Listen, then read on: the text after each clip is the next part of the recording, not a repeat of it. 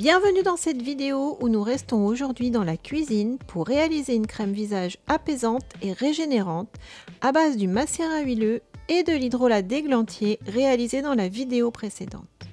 Comme matériel, nous allons avoir besoin d'une grande casserole et d'un bol pour le bain-marie, d'une petite casserole, d'un batteur électrique, d'une balance de précision, de mesure en millilitres et de contenants pour stocker votre crème. Voyons maintenant les ingrédients. Nous avons besoin de 40 ml d'hydrolat, 45 ml de macérat huileux, 20 ml de beurre de karité, 7 g de cire d'abeille, 20 ml de gel d'aloe vera et 4 gouttes d'extrait CO2 de romarin. Cette crème est très riche en eau pour être très hydratante.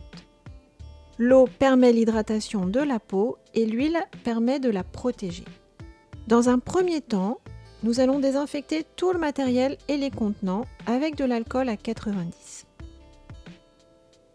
On place l'hydrolat dans la petite casserole. On place ensuite la cire et le beurre de karité dans l'huile dans le bol. On met à chauffer au bain-marie les éléments huileux jusqu'à ce que le beurre et la cire soient fondus. Et en même temps, on chauffe l'hydrolat, mais attention, il ne doit pas y avoir d'évaporation, on ne doit pas dépasser 60 degrés environ. On va ensuite placer la casserole et le bol sur le plan de travail avec les autres ingrédients et le batteur à disposition. On ajoute la lanoline au mélange huileux, on verse progressivement l'hydrolat dans l'huile tout en mélangeant au batteur, et puis on ajoute l'aloe vera et l'extrait CO2 de romarin toujours en battant. L'extrait CO2 de romarin est un puissant antioxydant qui va servir de conservateur pour la crème. On continue de battre jusqu'à ce que le mélange soit refroidi.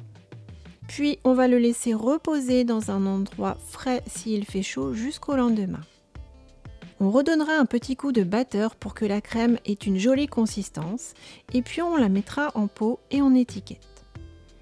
Cette crème va se conserver dans un endroit frais et sombre. S'il fait chaud, je vous conseille de la mettre au réfrigérateur. Maintenant, à vous de jouer, faites vos essais et si vous avez besoin d'aide, n'hésitez pas à laisser vos questions en commentaire. À bientôt!